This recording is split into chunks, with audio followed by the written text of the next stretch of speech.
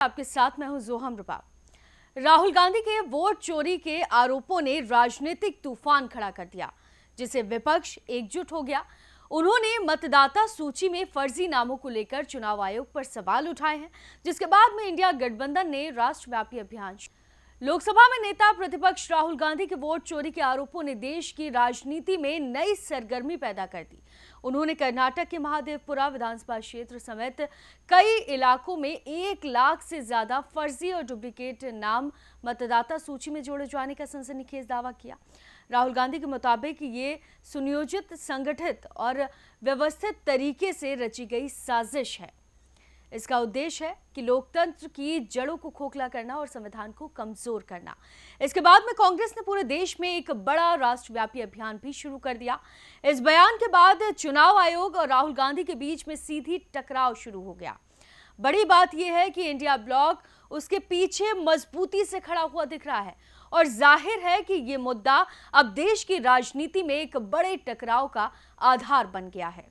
इस टकराव ने इंडिया को एक बार फिर से एकजुट होने का मौका दिया है। 2024 में आम चुनाव के बाद में तृणमूल कांग्रेस की मुखिया ममता बनर्जी अक्सर अलग ही राह पर चलती हुई नजर आ रही थी, लेकिन इस बार उन्होंने भी राहुल के आरोपों को गंभीरता से लेते हुए उन्हें अपना समर्थन दिया है। राजनीतिक विशेषज्ञों का मानना है कि तृणमूल का ये बदलाव रुख राहुल गांधी की साख को विपक्षी खेमे में मजबूत तो कर ही सकता है और इसके साथ ही आने वाले समय में विपक्षी राजनीति में भी नई ऊर्जा का संचार कर सकता है।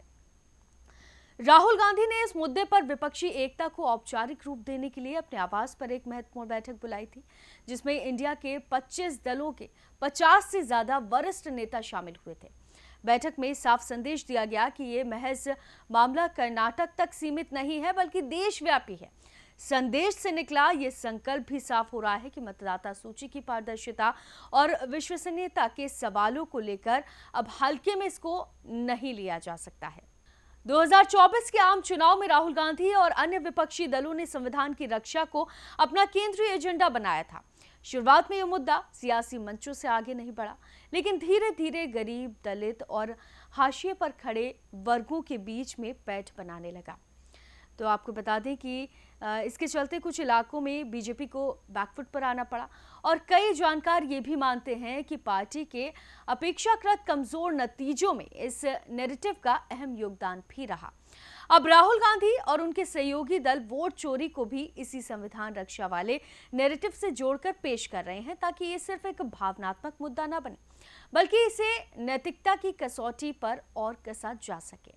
विपक्ष का यह भी मानना है कि विवाद सिर्फ राहुल बनाम चुनाव आयोग का नहीं है, ये लोकतंत्र की पारदर्शिता और संवैधानिक संस्थाओं की साख की सीधी परीक्षा बन सकता है। देश की राजनीति में निगाहें अब इस बात पर रहेंगी कि सच के पल्ले में भारी कौन आखिर पड़ता है। राहुल गांधी के लिए लड़ाई सिर्फ राजनीतिक बयानबाजी तक सीमित नहीं है, बल्कि इसमें कानूनी, राजनीतिक और जन समर्थन से जुड़े कई पहलू शामिल हैं। इससे पहले चुनाव आयोग से मिले नोटिस का ठोस दस्तावेज आधारित और निर्विवाद जवाब तैयार करना अहम होगा, क्योंकि जरा सी चूक इस पूरे अभियान को राजनीतिक बयानबाजी तक सीमित कर सकती है। दूसरी चुनौती राजनीतिक हमलावरों को जवाब देनी होगी, जो पहले से इस मुद्दे को बेबुनियाद और भ्रामक करार दे रहे हैं। तीसरी सबसे बड़ी चुनौती विपक्षी एकता को सिर्फ मंची बयानों और साथ ही बैठकों तक सीमित रखने की, उसे जमीनी अभियान में भी बदलना जरूरी होगा, वरना ये एकजुटता जल्द ही बिखर सकती है। सबसे बड़ा काम जनता में इस मुद्दे की विश्वसनीयता बनाए रखना होगा। विपक्ष को ठोस सबूत और व्यापक जमीनी अभियान से जुड़े और साथ ही ये भरोसा भी दिलाना होगा कि ये लड़ाई वास्तव में संविधान बचाने की है। आने वाले बिहार विधानसभा चुनाव इस मुद्दे की पहली बड़ी परीक्षा भी होंगे। अगर वहां इसका ठोस असर नहीं दिखा तो ये नैरेटिव कमजोर भी पड़ सकता है। ये मुद्दा फिलहाल विपक्ष के लिए एकजुटता का केंद्र बिंदु बन चुका है, लेकिन इस नैरेटिव को टिकाऊ बनाने के लिए राहुल गांधी और उनके सहयोगियों को कानून, सियासत और जनसंपर्क तीनों मंचों पर एक साथ लंबी लड़ाई लड़नी होगी।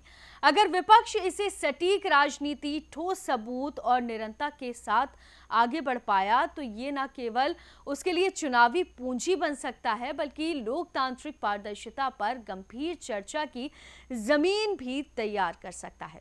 तो फिलहाल के लिए हमारी इस खास रिपोर्ट में सिर्फ इतना ही। बाकी तमाम खबरों के लिए आप देखते रहिए यूपी की बात।